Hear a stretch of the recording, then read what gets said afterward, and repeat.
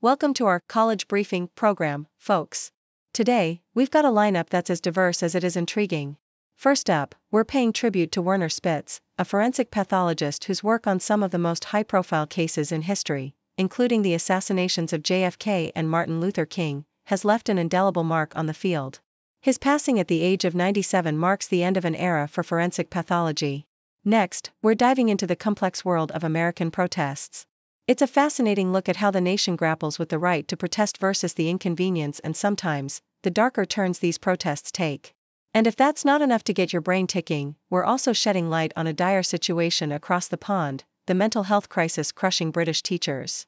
Stress, burnout, and an alarming rise in serious mental health issues are driving educators out of the profession in record numbers. Stick around as we unpack these stories, and please continue to watch for more detailed content. In a world teeming with stories of groundbreaking achievements and profound challenges, the life and legacy of Werner Spitz stand out as a testament to the relentless pursuit of truth through science. As reported by The Telegraph, Spitz, a forensic pathologist whose career spanned several decades, left an indelible mark on the field of forensic pathology. His journey began in Israel and led him to the United States in 1959, where he would eventually become involved in over 60,000 autopsies. Spitz's work on high-profile cases such as the assassinations of President John F. Kennedy and Martin Luther King, as well as the murder trials of O.J. Simpson and Phil Spector, showcased not only his expertise but also his commitment to meticulous investigation. His contributions to the field were not limited to the courtroom. Spitz also co-edited the influential book Spitz and Fisher's Medical Legal Investigation of Death, Guidelines for the Application of Pathology to Crime Investigation, Shaping the Future of Forensic Pathology. Despite facing controversy, his stentorian, accented baritone voice of conviction made him a respected figure in his field, leaving a legacy that continues to influence the discipline. Meanwhile, the United States grapples with an enduring national paradox concerning the right to protest, as highlighted by the Toronto Star. This paradox lies in the American public's support for the principle of protest juxtaposed with their frustration over the disruptions protests can cause. According to Robert Shapiro, a professor of political science at Columbia University, protests play a crucial role in changing public opinion by raising awareness of critical issues, even if they do not yield immediate results. Celeste Faison, co-national director of the Movement for Black Lives Network, echoes this sentiment, emphasizing the necessity of resistance for societal change. However, not all agree on the methods of protest. Rabbi Moshe Hauer of the Orthodox Union expresses concern over recent campus protests, which he believes have veered into anti-Semitism, creating an unsafe environment for Jewish students. This debate underscores the complex dynamics of protest in America, where the balance between advocacy and disruption continues to be negotiated. Across the Atlantic, the United Kingdom is facing its own crisis, not in the streets, but within the walls of its classrooms. The Independent reports a worrying decline in teacher well-being, with a surge in stress, insomnia, and burnout among educators. A survey conducted by the mental health charity Education Support revealed that the percentage of school teachers reporting feelings of stress has escalated from 67% in 2017 to 78% in 2023. The pressures of the job have had severe consequences, with some teachers turning to alcohol, antidepressants, and, in the most tragic cases, considering suicide. This alarming situation has prompted calls for a suicide prevention strategy for teachers. The exodus from the profession is equally concerning, with 40,000 teachers resigning in 2021-22, marking the highest departure rate since records began in 2011. Many of those who haven't resigned are contemplating it, seeking solace and advice in online communities like the Life After Teaching, Exit the Classroom and Thrive Facebook group, which boasts 159,000 members. This crisis underscores the urgent need for systemic change to support the mental health and well-being of educators, who play a critical role in shaping the future of society. These stories, from the meticulous investigations of Werner Spitz to the passionate protests across the United States and the mental health crisis among British teachers, paint a vivid picture of a world grappling with complex challenges. Each narrative, whether it unfolds in a courtroom, on the streets, or within the confines of a classroom, reflects the enduring human spirit's quest for justice, change, and well-being. In a world where geopolitical tensions and economic challenges seem to be the order of the day, leaders and nations are navigating through complex terrains to foster relationships and understand the dynamics that shape our global community. One such leader, China's President Xi Jinping, is embarking on a significant journey to Europe, marking his first visit to the continent in 5 years. According to CNN, this trip is seen as a goodwill tour, albeit one that is expected to face an uphill struggle. The backdrop to this visit is a Europe that has grown increasingly wary of Beijing's global ambitions and influence, punctuated by trade frictions and concerns over securing key technologies. The European Union, under the leadership of European Commission President Ursula von der Leyen, has been vocal about de-risking its supply chains from China, a stance that underscores the growing rift between the two powers. Xi's itinerary includes stops in Serbia and Hungary, countries where he is likely to receive a warmer welcome compared to the skepticism he might face in other European capitals. This strategic choice of destinations highlights the nuanced approach China is taking in engaging with Europe, seeking to build bridges where possible while navigating through the criticism and suspicion that have characterized its relationships with some of the continent's major players. The visit comes at a time when Italy, a G7 member country, formally exited China's Belt and Road Initiative in March, signaling a significant setback for the program and perhaps, for China's influence in Europe as well. On a different note, the South China Morning Post sheds light on China's internal economic challenges, drawing parallels with Japan's decades-long debt deflation slowdown. China's latest GDP figures show a growth rate that, while positive, is accompanied by signs of economic stress. Industrial profits have declined, and both the Consumer Price Index and Producer Price Index indicate subdued demand and weak domestic consumption. These economic indicators suggest that China is grappling with excess supply and insufficient demand, a situation that could have far-reaching implications not just for its economy but for its international trade relations as well. Chinese authorities are responding with measures aimed at stimulating the economy, but the path to sustainable growth appears fraught with challenges. Meanwhile, in the world of sports, a different kind of competition is unfolding. The Associated Press reports on a thrilling Major League Soccer match where Minnesota United claimed victory over Atlanta United with a score of 2-1.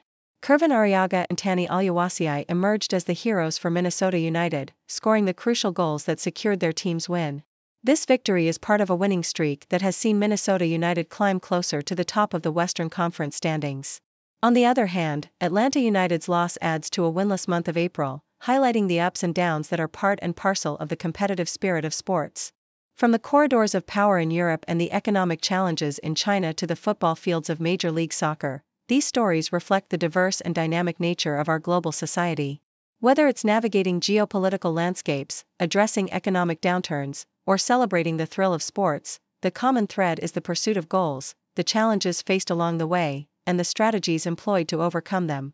As the world watches Xi Jinping's Europe visit, China's economic maneuvers, and the unfolding soccer season, it's clear that whether in politics, economics, or sports, the game is always on. In the whirlwind of global events and personal milestones, the tapestry of life continues to unfold in vibrant and sometimes unexpected patterns. From the glittering celebrations of a supermodel's daughter to the somber realities of a country under military rule, and the complexities of justice in Connecticut, these stories weave a narrative of contrast, resilience, and the quest for meaning amidst chaos. Heidi Klum, the dazzling supermodel who has graced countless runways and magazine covers, recently took to Instagram to share a glimpse into the 20th birthday celebrations of her daughter, Lenny. As reported by Yahoo US, the festivities seemed nothing short of magical, with behind-the-scenes videos that hinted at a glamorous photo shoot in progress.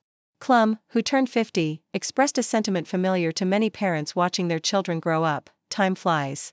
The joy and pride in her daughter's milestone resonated with fans and followers, offering a peek into the life of a family that, despite its fame, cherishes the same moments that make life precious for so many. Meanwhile, halfway across the world, the atmosphere in Myanmar tells a story of yearning and turmoil. Nikkei Asia reports that Senior General Min Aung Hlaing, the leader of Myanmar's military regime, has enforced a conscription law that has cast a shadow over traditional New Year celebrations. The People's Military Service Law, which targets men aged 18 to 35, has prompted many to flee the country to avoid conscription.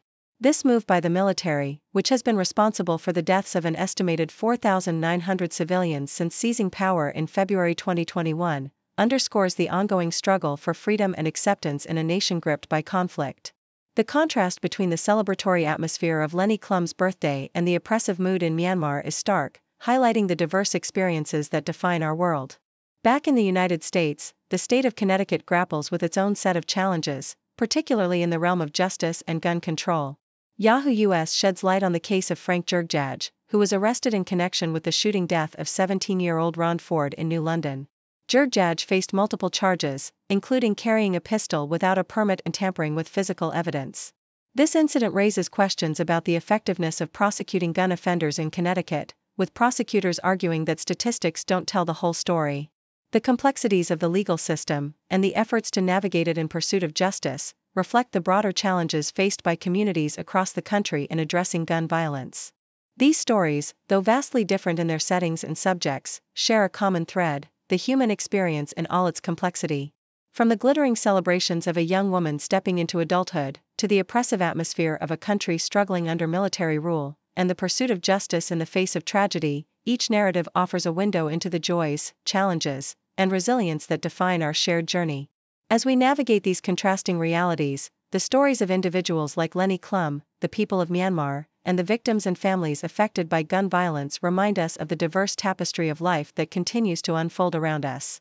In the quaint city of Bastrop, the local council race has taken an unexpected turn, as reported by Yahoo US. Challenger Kerry Fossler has surged ahead of incumbent Jimmy Crouch in the race for the Place 4 seat on the Bastrop City Council. With 333 votes, or 56.4%, Fossler's lead over Crouch, who has 258 votes, paints a vivid picture of a community eager for change. This electoral drama isn't confined to the council chambers alone. The Place 1 seat on the Bastrop School Board sees Carol A. Armstrong leading incumbent Rick Rivera, while the mayoral race in Smithville is another spectacle, with Sharon Seidel Forster outpacing challenger Tom Etheridge. These races underscore the vibrant democratic spirit alive in Bastrop and its neighboring towns, where every vote is a voice clamoring to be heard. Meanwhile, far from the quiet streets of Bastrop, the grounds of Georgia State University, GSU, are alive with the chants of pro-Palestinian protesters, as detailed by another Yahoo US report. These demonstrators are not just voicing their support for a ceasefire between Israel and Hamas, they're demanding the university divest from corporations that back Israel. Amidst this fervent call for peace, U.S. Secretary of State Anthony Blinken's announcement that a ceasefire deal is close, pending Hamas's response, offers a glimmer of hope. Yet, the protesters' resolve remains firm, seeking not just a temporary halt but a permanent end to the hostilities, challenging the university's stance on divestment in the process. Across the Atlantic, a similar scene unfolds in the UK, where university students have established peaceful and proud protest camps on their campuses, as chronicled by the BBC. These encampments, organized in support of Gaza, echo the solidarity movements seen at US universities like GSU. The UK students' demands mirror those of their American counterparts, urging their institutions to cut financial and research ties with Israel and to divest. However, these protests have stirred a complex web of emotions within the campus communities. The Union of Jewish Students, UJS, has expressed concerns that the protests are fostering a hostile environment for Jewish students. While there are Jewish students who stand with the movement, the UJS notes that many feel unwelcome and uncomfortable, highlighting the nuanced and often painful intersections of identity, politics, and activism. Jewish students supporting Palestine face their own set of challenges, navigating criticism and isolation from within their community. This tapestry of protests, spanning from the US to the UK, illustrates a global youth movement united in their call for peace and justice in Gaza.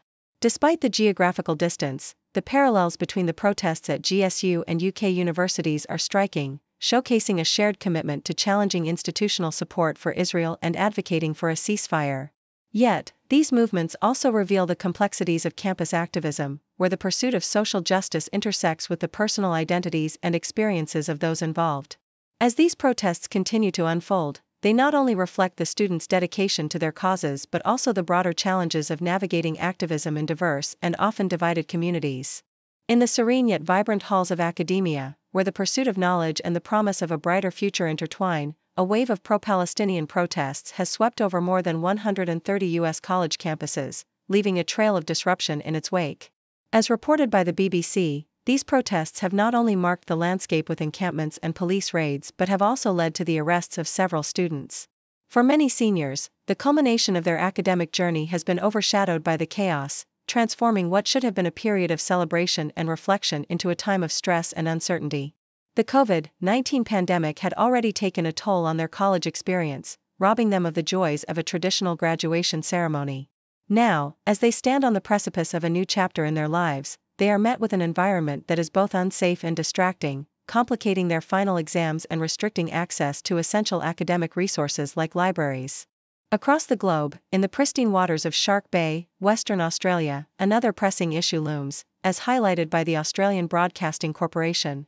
Beneath the surface of this UNESCO World Heritage Site lies a ticking carbon time bomb, threatening to undermine efforts to combat climate change. The loss of over 1,300 square kilometers of seagrass meadows during a heatwave in 2011 has put the region at risk of releasing vast amounts of carbon stored in the seabed. Scientists warn that without urgent restoration efforts, the consequences could be dire, not only for the local ecosystem but for Australia's zero greenhouse gas emissions targets. Despite the critical nature of the situation, a project aimed at restoring the seagrass meadows has been stalled, awaiting approval from the Western Australia government. The delay underscores the complexities and challenges of environmental conservation in the face of bureaucratic hurdles. Meanwhile, in a stark departure from the grandeur of global protests and environmental crises, a tale of crime unfolds in the quiet town of Belmont Abbey, North Carolina. As reported by Yahoo US, a couple, Natasha Lewis and Jeremy Hamilton, found themselves at the center of a criminal investigation after being caught on video stealing from a monastery. The audacity of the act, carried out within the sacred confines of Belmont Abbey College, sparked outrage and led to a dramatic chase. Just 2 days after the theft, the couple attempted to evade police, resulting in a car crash that temporarily halted their flight. While Lewis was quickly apprehended and then released, Hamilton managed to slip away, only to be captured later in Chadbourn. The details of their journey from the monastery to their eventual arrest remained shrouded in mystery, as does the question of their extradition to Gaston County. Their actions serve as a stark reminder of the diverse and sometimes unexpected challenges that communities face, from the sanctity of religious institutions to the halls of academia and the natural wonders of our planet. Each of these stories, though vastly different in scope and nature, underscores the complexity of our modern world. From the fervor of student protests disrupting the final days of college for many to the urgent environmental crisis hidden beneath the waters of Shark Bay, and the brazen theft from a monastery, these events reflect the myriad challenges that society must navigate. As we grapple with issues of social justice, environmental preservation, and moral integrity, the importance of resilience, empathy, and collective action becomes ever more apparent. In the face of adversity, whether it be the disruption of cherished milestones, the threat of climate change, or the breach of communal trust, the human spirit's capacity to overcome and persevere shines through, guiding us toward a more hopeful and united future. Thank you for tuning in.